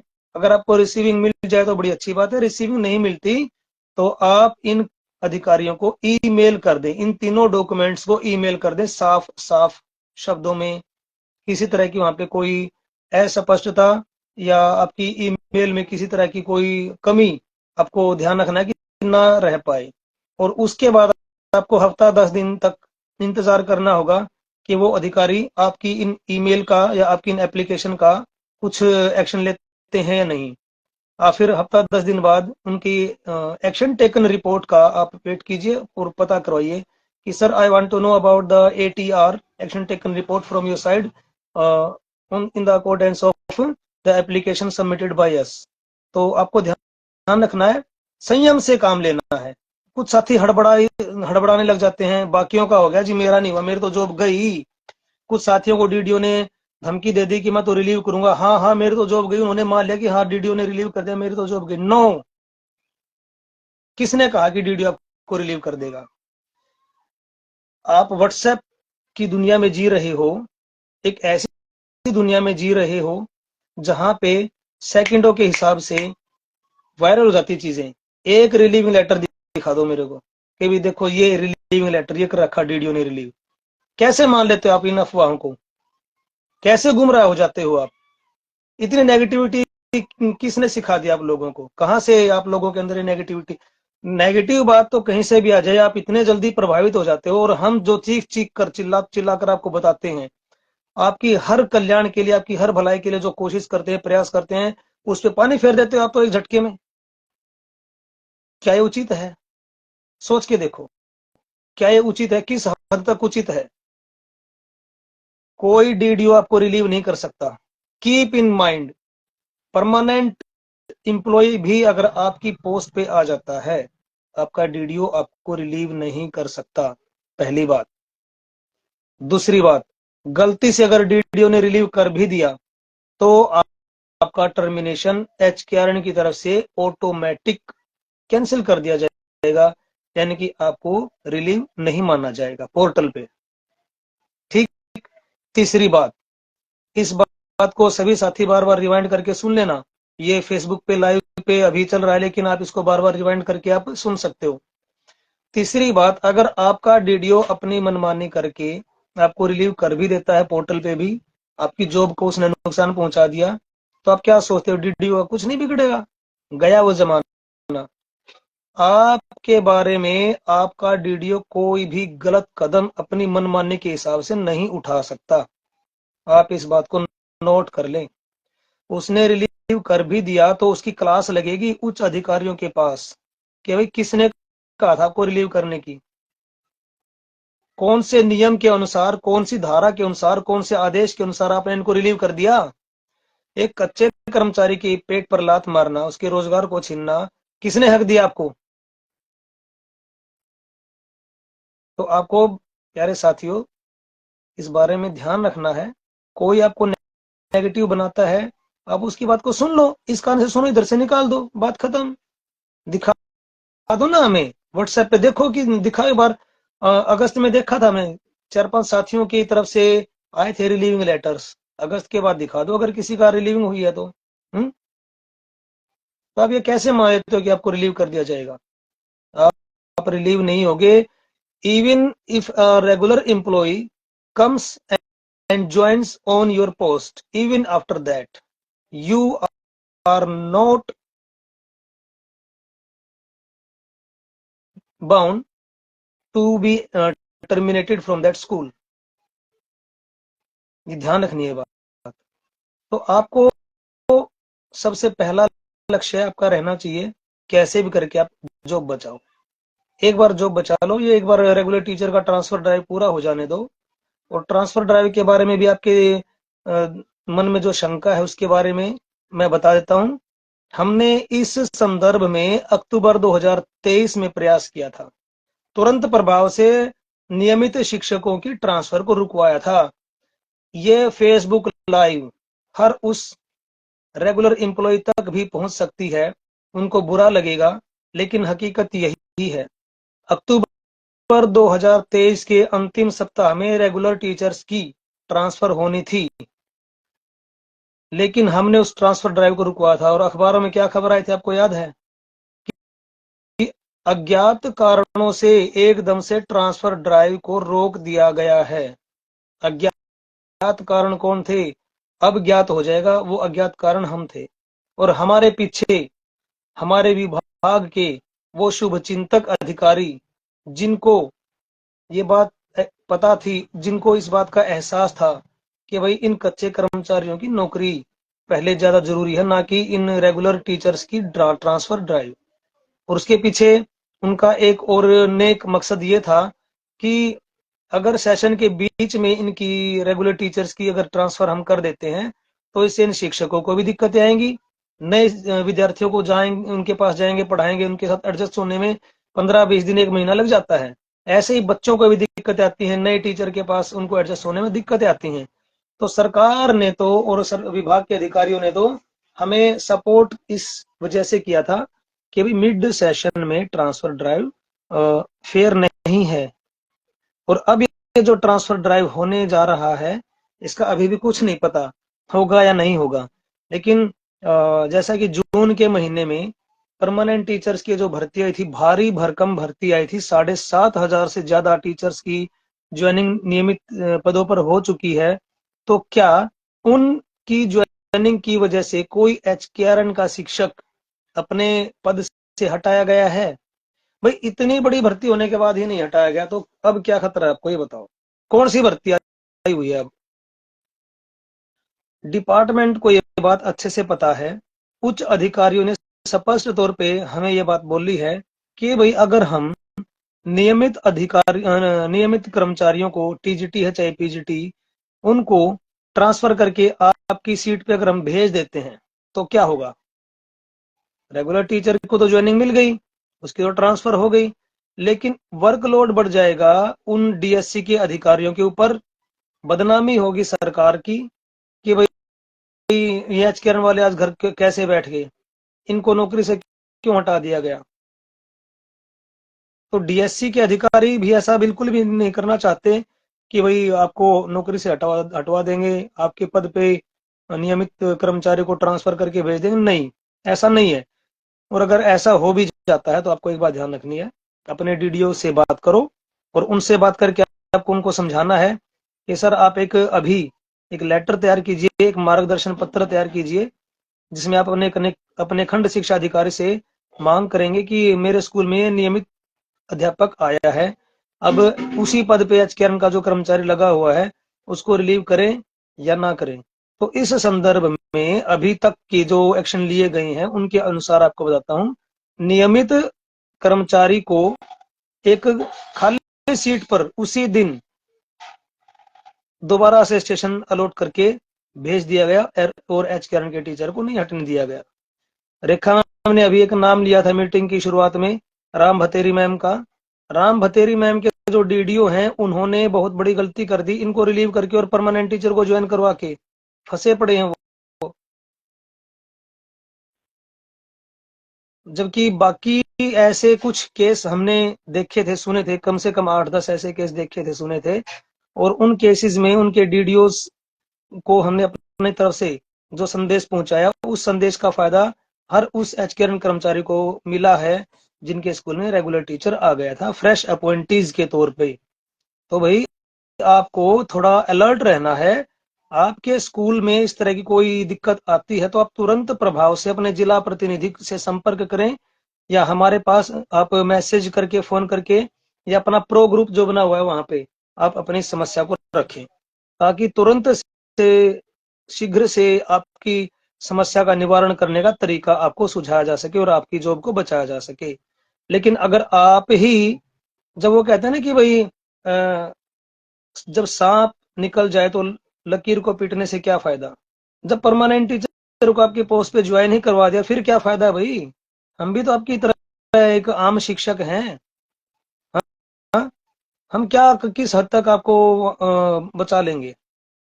जब आपके स्कूल में रेगुलर टीचर आया हुआ था ज्वाइन करने के लिए, आपको उसी टाइम हमारे से संपर्क करना चाहिए था, या अपने जिला प्रतिनिधि से संपर्क करना चाहिए था आपकी जॉब को बचाने के लिए। अब गलती आप करते हैं, फिर चिल्लाते हैं बाद में, जी मैं तो रिलीव हो गया, मेरी पोस्ट पर रेगुलर टीचर आ गया, मेरी ज्वाइनिंग करवाओ। खुद भी धक्के खाते हो, वैसे आप कहीं पे कुछ जाते नहीं, कभी कोई यूनिटी की बात आती है करते नहीं।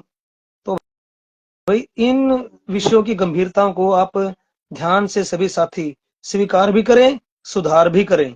ये मैं आप सभी साथियों से ये गुजारिश करता हूं। आपकी कौशल अध्यापक एसोसिएशन ऑफ स्कॉलर्स के समस्त प्रतिनिधियों की तरफ से आप सभी एचकेआर शिक्षकों को मैं संदेश देना चाहता हूं कि जब आपके ऊपर कोई समस्या आती है तो ही आप तुरंत अपने प्रतिनिधि के पास संपर्क करें, निदान करवाएं। और जो समस्या आपके सिर पे आ जाती है उसके 2 या 4 दिन बाद अगर आप बताते हैं कि ये हो गया, तो अब उस कांड का, उस समस्या का फिर हम एकदम से निवारण नहीं कर सकते। हमारे अंदर वो अलौकिक अदृश्य शक्ति नहीं है कि भाई हम एक जादू की छड़ी घुमा देंगे और आपकी समस्या को ठीक कर देंगे। नो, आप समझिए, इस बात को स्वीकार कीजिए, जितनी बड़ी पावर आपकी है, पावर उतनी ही बड़ी हमारी भी है। फर्क सिर्फ एक बात का है। रेखा मैम ने बताया जैसे कि सरकार के प्रतिनिधि या विभाग के अफसर या अधिकारी हमारे नाम को, हमारे काम को, हमारे एसोसिएशन के लेटर हेड को ही इतना अच्छे से वो अपनी नजरों में बसाए हुए हैं कि उसके आधार पे आपका काम ज्यादा से ज्यादा कोऑपरेशन दिखा करके अधिकारी आपको या सरकार के प्रतिनिधि आपको करके दिखाते हैं, आपकी मदद करके दिखाते हैं।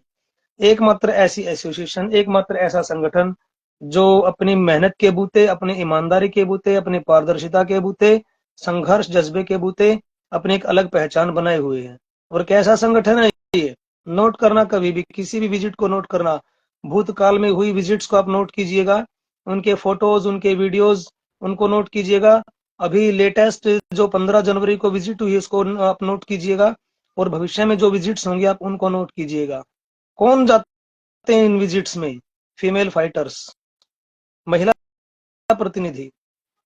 और आप मेल होकर के घर पे बैठे बैठे व्हाट्सएप खेलते हो, बड़ी बड़ी बातें करते हो, बढ़िया बढ़िया आरोप लगा देते हो। क्या आप सच में शिक्षक कहलाने के लायक हैं? अपनी अंतरात्मा से पूछिए। ये महिला साथी अपने घरेलू कार्यों को भी निपटारा करती हैं, इनका भी, और आप साथियों के लिए भी इतना ये काम करती हैं, उनका भी निपटारा करवाती हैं। आप इनसे सबक लीजिए, कुछ सीखो इनसे। क्या बदले में आप इनको कोई तनख्वाह देते हो?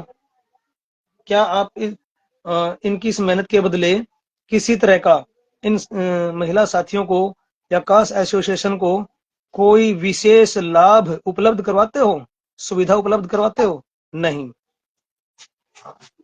कहना आसान है, आरोप लगाना आसान है, बड़ी बड़ी बातें करना आसान है, व्हाट्सएप खेलना बहुत आसान है, लेकिन प्रेरणादायक इन मात्र शक्ति से आपको सबक लेकर के अपने आप को एक वास्तविक शिक्षक परिलक्षित करके दिखाना है। मैं चाहता हूं कि आज की हमारी फेसबुक लाइव के दौरान आप साथियों को ये जो संदेश पहुंचाया गया है, आप सभी साथी इस संदेश को मानेंगे, समझेंगे, सीखेंगे, प्रेरणा लेंगे, और संगठन की मजबूती में कोई कसर आप नहीं आने देंगे भविष्य में भी। मतलब आपके संगठन को, काश संगठन को आप इतना मजबूत करके दिखा दीजिए, इतना मजबूती से आप साथ दे करके दिखा दीजिए कि भविष्य में, जो आप अभी ये बात करो ना बजट वाली, आपकी सैलरी हर महीने की 8 तारीख तक आ जाया करेगी, और आपकी सैलरी में देरी भी नहीं होगी। अभी तो आपको ये जो दिख रहे हैं ना समस्याएं, बहुत बड़ी समस्या है। कोई कह देता है 8 महीने हो गए, कोई कह देता है 6 महीने हो गए सैलरी आए हुए। ये सारा का सारा निदान हो जाएगा। एकजुटता तो दिखा दो एक बार। या घर बैठे चाहिए आपको सैलरी, घर बैठे चाहिए आपको सारा बजट, घर बैठे आपको सारा निदान चाहिए? No, you are at fault. You can't raise your finger on any member of caste association, अगर आप खुद घर पे बैठे हैं तो।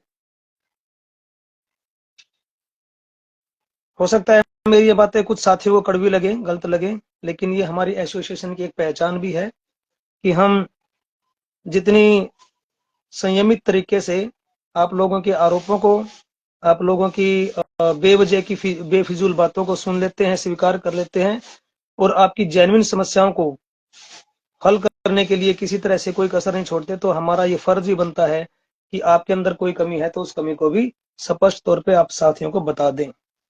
अपनी कमी को भी स्वीकार कीजिए, और हमारे अंदर कोई कमी है तो उसको भी आप खुल के, खुले मंच पे यहाँ पे कमेंट करके दिखा दो। बेशक एसोसिएशन के ऊपर अगर आपको कोई शक, संदेह, कोई कमी अगर नजर आती है तो। चलो, आप साथियों को एक बात और बता देता हूँ। बहुत सारे शिक्षक साथी ऐसे हैं जिनको अपने जिला प्रतिनिधियों का नाम नहीं पता। उन जिला प्रतिनिधियों में भी आप देखना, नोट करना ये बात, कितने मेल हैं और कितने फीमेल हैं। चंडीगढ़ से शुरुआत करते हैं। अंजलि मैम जिला प्रतिनिधि, उनके सहयोगी प्रदीप शर्मा जी, जो ये दोनों साथी विजिट में गए थे अब की बार। अंबाला जिले से रेखा मैम आपके सामने स्क्रीन पे हैं। बहुत बहुत नमन आपको, मातृशक्ति को। और आपके सहयोगी, आपके अन्य जिला प्रतिनिधि अंबाला जिले से ही प्रवीण गुज्जर जी, बहुत ही शानदार, बहुत ही बढ़िया, बहुत ही सरल स्वभाव के इंसान, बहुत ही बढ़िया। यमुनानगर की तरफ जाते हैं, आपकी जिला प्रतिनिधि के तौर पे गुरदीप मैम, ये भी महिला साथी हैं। अगर आप करनाल की तरफ आते हैं तो करनाल जिला प्रतिनिधि सारिका मैम, उनके सहयोगी के तौर पे हमारे साथी मनोज कुमार जी, एक भारतीय नाम से हैं, नाम अच्छे से ध्यान नहीं है, वो भी अभी संगठन से जुड़े हैं, लेकिन काम बहुत बढ़िया कर रहे हैं वो भी। करनाल के बाद आप कैथल आते हैं तो कैथल जिला प्रतिनिधि रश्मि शर्मा मैम, उनके साथी सुरेंद्र गोयत जी, नरेश ढुल जी, देखो हर जिले से महिला साथी हैं। अब उसके बाद जींद जिला प्रतिनिधि की बात आती है, मुकेश शोरान मैम और उनके साथ सविता मलिक मैम। हिसार की तरफ जाते हैं, हिसार जिला प्रतिनिधि संतोष मैम, नीलम पुनिया मैम। एसएसटी वालों के लिए बहुत बड़ा नाम, बहुत भारी भरकम नाम, बहुत बड़ा नाम, एकमात्र ऐसी महिला साथी जो कि भगत सिंह के सरीखी हैं, जिन्होंने खुद बलिदान दिया इन एसएसटी वाले साथियों की जॉब को बचाने के लिए। नीलम पुनिया मैम, बहुत बहुत नमन आपको, सलाम, सल्यूट। फतेहाबाद दल, हरियाणा का नंबर 1 जिला। अगर आप वर्तमान समय में देखें तो जो 100 रुपए मासिक डोनेशन किया जाता है, उस डोनेशन में अगर आप सबसे ज्यादा संख्या देखेंगे फतेहाबाद जिला की।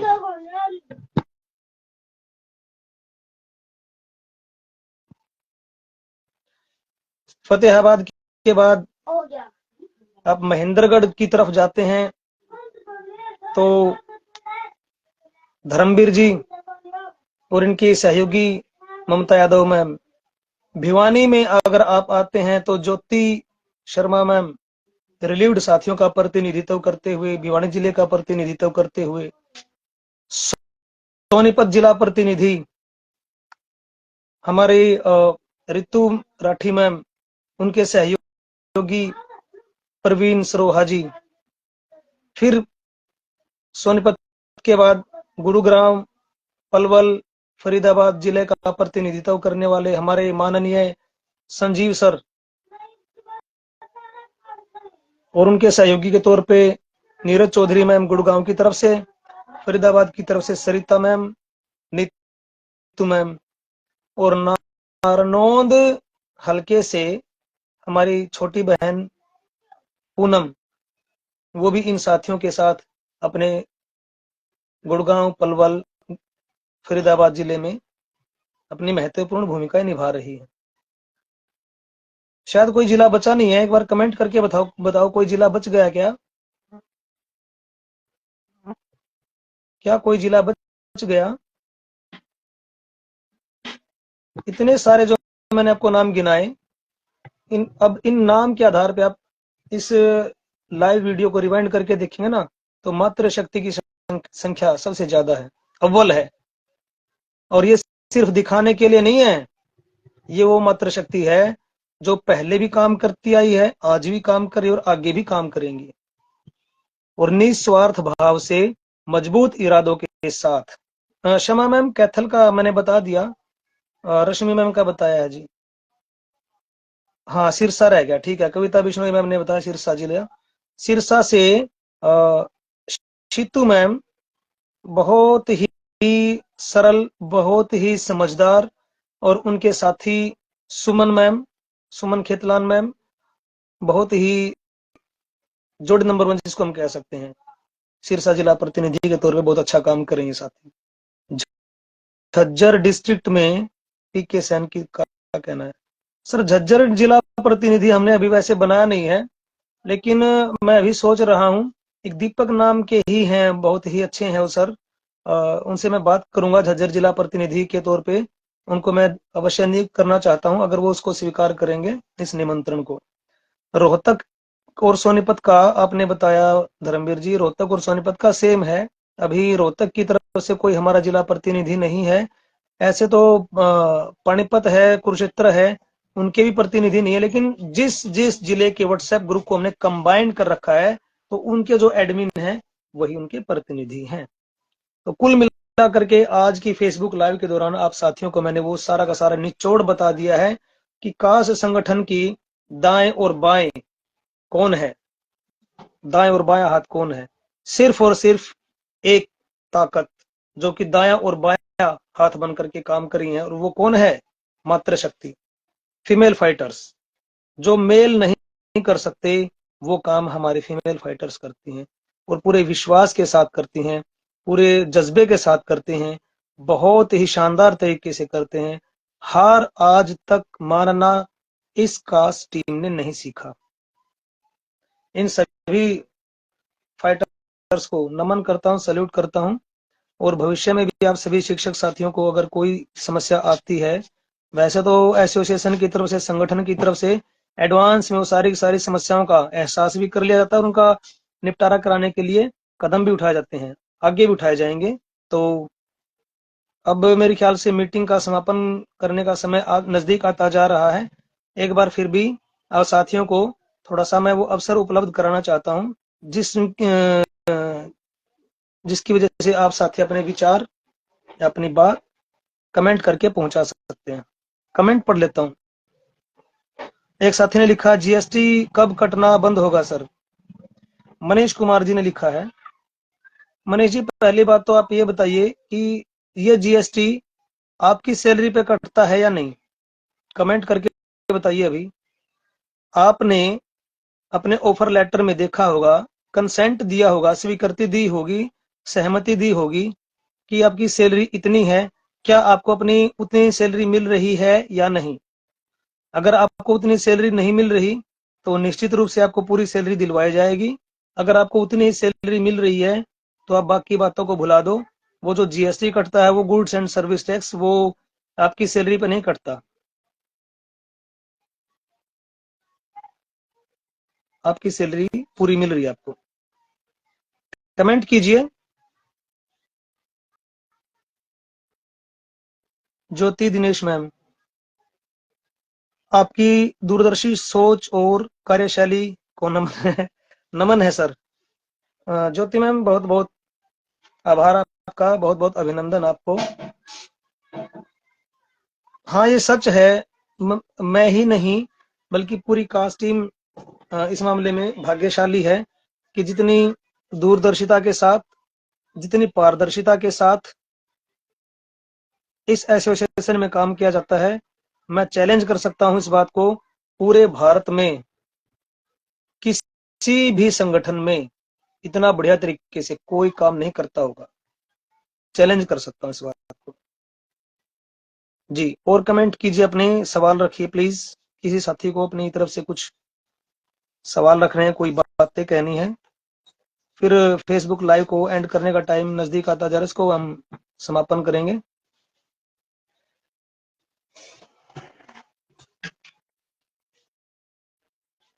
मनीष कुमार जी, ओके। हाँ जी सर।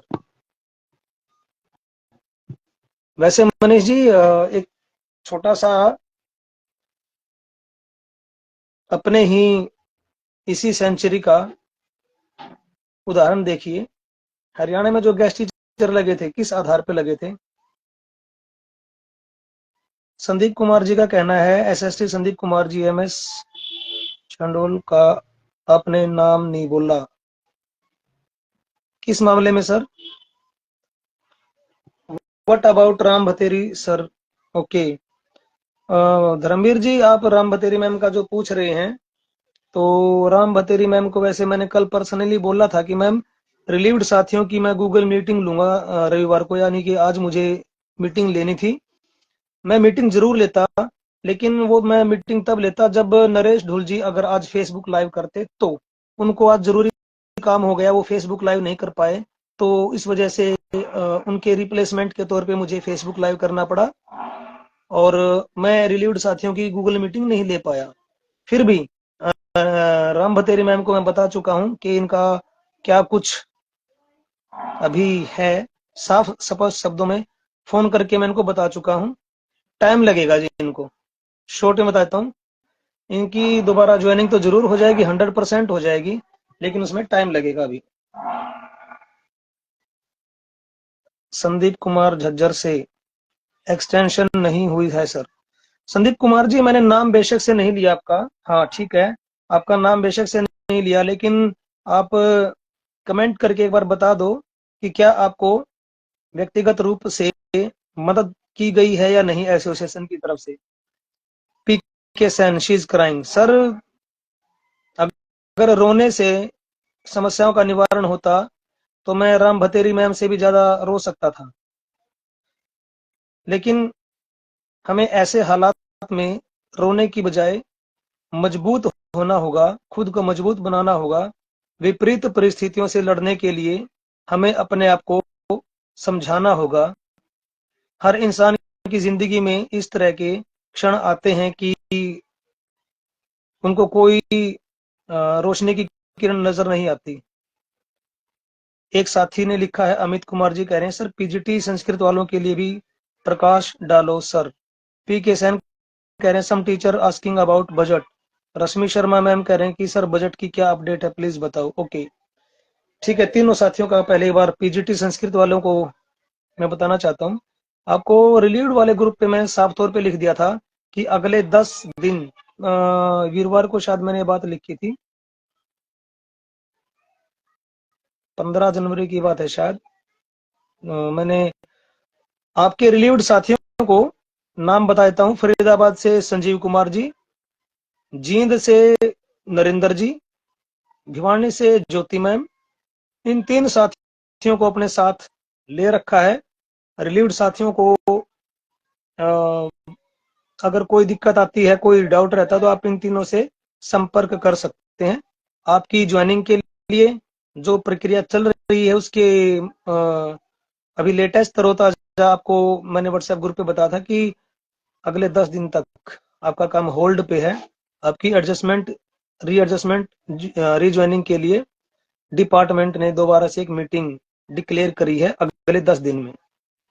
मीटिंग का आउटकम, रिजल्ट जब तक हमारे पास नहीं पहुंच पाता तब तक आपको कोई ज्यादा विशेष बात उस बारे में हम नहीं बता सकते। लेकिन इतना जरूर है, एक बात मैं विश्वास के साथ कह सकता हूँ, रिकॉर्डेड वीडियो है ये, बात बदली नहीं जाएगी, कि डिपार्टमेंट और गवर्नमेंट आप रिलीव्ड साथियों की ज्वाइनिंग करवाने के प्रति पूरी तरह से पॉजिटिव है। हमने जहां जहां जो जो बात रखी हैं, they are also in favour of rejoining. छोटा सा एक जो ये मामला अटका हुआ है आपका एचआरडी में, वहां से एक दो साथी मेरे साथ कंटिन्यू टच में है, वहां से हम इसको हल करवाने के लिए पुरजोर कोशिश कर रहे हैं। टाइम तो जरूर लग रहा है, उम्मीद नहीं थी कि इतना टाइम लगेगा। लेकिन आपको एक बात और बता दूं, हम 2 दिसंबर 2022 को शॉर्ट लिस्ट हुए थे और हमारी ज्वाइनिंग कब हुई है? 10 जनवरी 2024 को। कितना संघर्ष रहा, और 99% साथी हार मान चुके थे कि ये भर्ती होगी ही नहीं। लेकिन क्या हमने हार मानी? हमारे से ही आप एक प्रेरणा लीजिए। आप रिलीव्ड साथियों को भी इतना लंबा समय हो चुका है, बेशक से आपकी तरफ से कोई काम में कसर नहीं छोड़ी गई, लेकिन आपकी समस्या को गंभीरता पूर्वक सरकार और विभाग में उठाया भी नहीं गया। ये बात मैं खुले मंच पे बिल्कुल खुल के कह रहा हूं। और इसीलिए सबसे बड़ी समस्या ये है कि आपकी ज्वाइनिंग में देरी हो रही थी। लेकिन अभी वर्तमान में रेखा मैम ने बताया, HKRN वालों को लेकर के डिपार्टमेंट और गवर्नमेंट बहुत ज्यादा सीरियस है और हमारी हर तरह से वो मदद करते हैं। इस बात को साफ तौर पे कहने में मुझे जरा सा भी संकोच नहीं है। किसी तरह की कोई अड़चन HKRN वाले शिक्षकों को लेकर के डिपार्टमेंट या गवर्नमेंट की तरफ से नहीं आई है। सर थोड़ा सा और इंतजार कीजिए, रिलीव्ड साथी।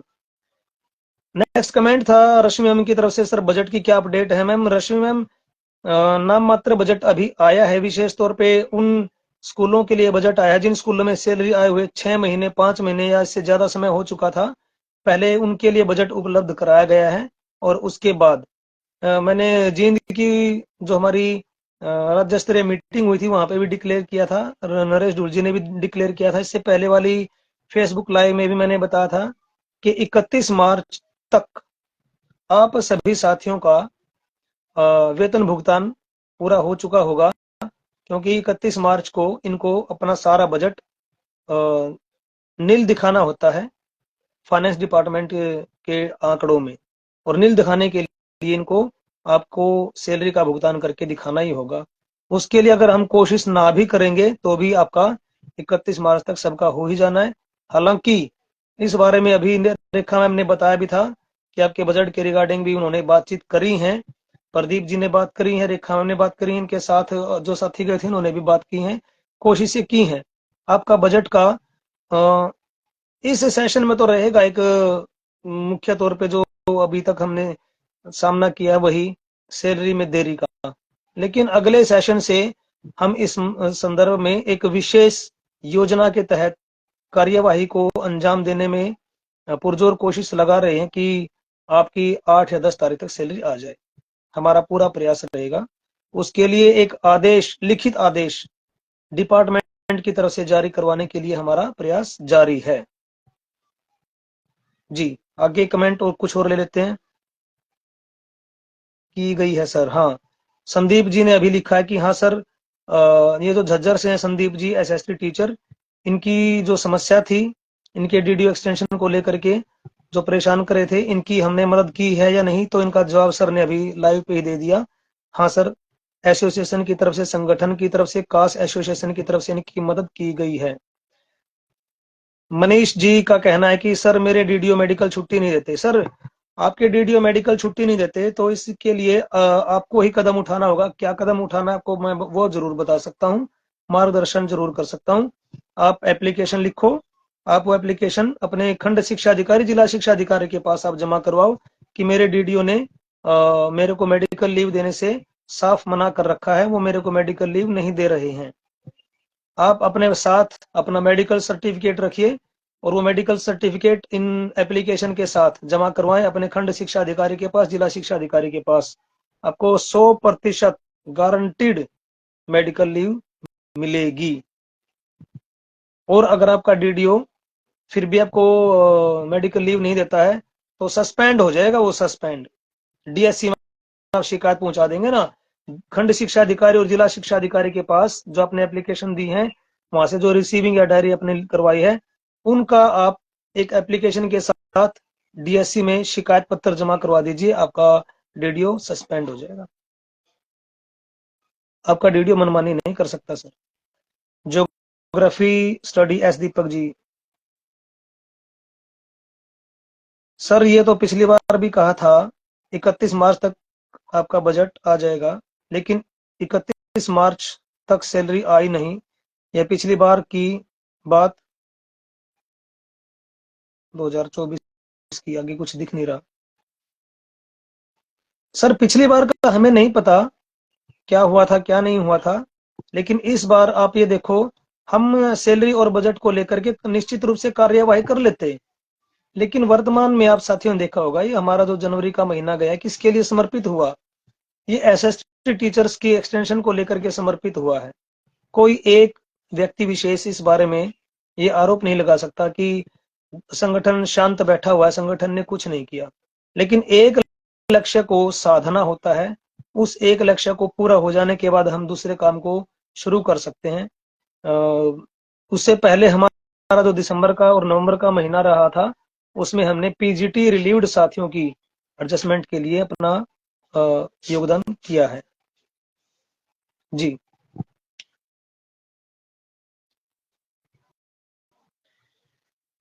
जब हम बिल्कुल इस मामले में फ्री हो जाएंगे, तब आपका बजट का, आपकी सैलरी का, फिर हमें यही काम करवाना है। और कुछ किसी साथी की तरफ से कमेंट?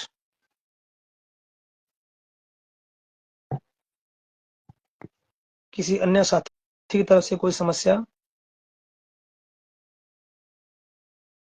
रेखा मैम, आपको क्या लगता है, कोई मुद्दा अगर बच गया तो मैम आप बता सकते हैं। जी सर, मुद्दा तो है था। मैं सोच रही थी कि अगर फाइटर्स की कुछ मीटिंग होती गूगल मीट, उसमें मैं करती। बट यही है कि सर मैं ये सोच रही थी कि एक विजिट हमारी होनी चाहिए दोबारा सर, वहीं यहीं डीएससी में, या सिर्फ इसी चीज को लेके, क्योंकि अगर जब तक हम पहले नहीं उठाएंगे ना ये मुद्दे, और बाद में एकदम से अगर कुछ कोई प्रॉब्लम होती भी है, तो उसके लिए हमें पहले तैयार होना चाहिए। तो एक विजिट तो मैं मेरे ख्याल से सर होनी चाहिए एडजस्टमेंट को लेके सर। ये सर एक सच में एक बहुत बड़ी प्रॉब्लम है। It's okay. जी।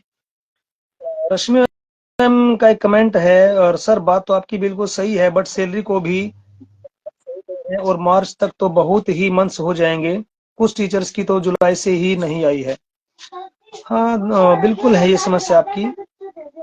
अभी थोड़ा सा बजट का एक मुद्दा सबसे बड़ा इसलिए भी बन गया कि पिछले साल ये जो 2 बार आचार संहिताएं लगी हैं, इसमें बजट को होल्ड पे रख दिया गया था कि भाई आचार संहिता के दौरान हम किसी भी मामले में बजट को एक लिमिटेड वे में कंजम्पशन के लिए अधिकारियों के पास या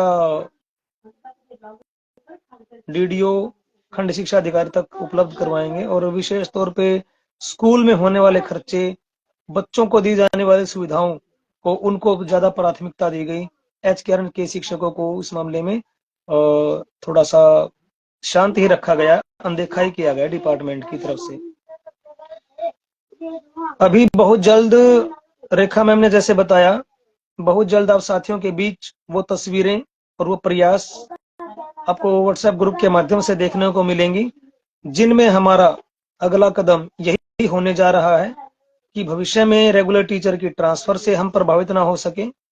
हमारा वेतन में जो इतना समय बर्बाद होता है, इतने इतने महीने हमारी सैलरी नहीं आती है, इसको दुरुस्त किया जाए।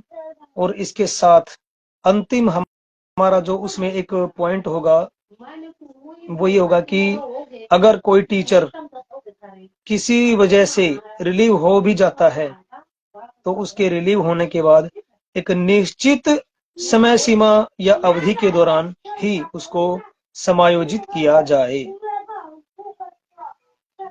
एक विजिट और प्रयास बहुत जल्द इस मामले में किया जाएगा। आज की मैं आपको सूचना बताता हूँ, भिवानी जिले के कुछ साथी इच्छुक हैं, उन्होंने स्वेच्छा से फोन करके आज सुबह सुबह अपना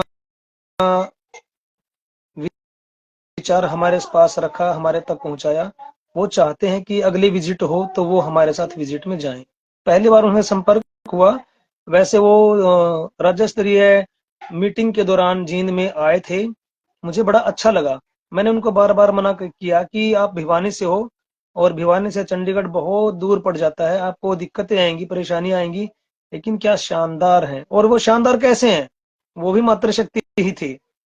ये हमारी फीमेल फाइटर से प्रभावित हुई वो फीमेल्स हैं, वो मातृशक्ति हैं, जो कि दिन रात, गर्मी सर्दी, पारिवारिक या व्यक्तिगत किसी भी समस्या को छोड़ करके अपना सहयोग करना चाहते हैं अपने एचकेआरएन के शिक्षकों के लिए और खुद के कल्याण के लिए। तो बहुत जल्द इन विषयों को लेकर के एक विजिट जरूर की जाएगी। और रेखा मैम ने जो बताया कि एक जो हमारी कास्ट एसोसिएशन के मुख्य 50 साथी हैं, उनके साथ एक मीटिंग होनी है, उनके साथ बातचीत विचार विमर्श होना है, उसके बाद ही विजिट की डेट और टाइम डिक्लेयर कर दिया जाएगा और विजिट जरूर की जाएगी। जरूर रेखा मैम, जरूर किया जाएगा। सर एक एक दो बात और और बोल कमेंट। दूं, एक सिर्फ एक छोटी सी बात है। मैं ना ये बोलना चाहती हूँ एक तो साथियों को, सभी को प्लीज, जब पोल करवाते हैं ना शमा मैम या कोई भी, एक सिर्फ क्लिक करना होता है आपको, है ना, वो सिर्फ वो क्लिक कर दिया करो। बार बार उसमें ना टाइम वेस्ट होता है, दोबारा से उनको फिर कोऑर्डिनेटर अलग से बोलते हैं, दूसरे अलग से बोलते हैं, तो इतना कुछ बीच में हो जाता है, मैसेजेस इतने आ जाते हैं, करो अब एक क्लिक करने में कुछ नहीं जाता है।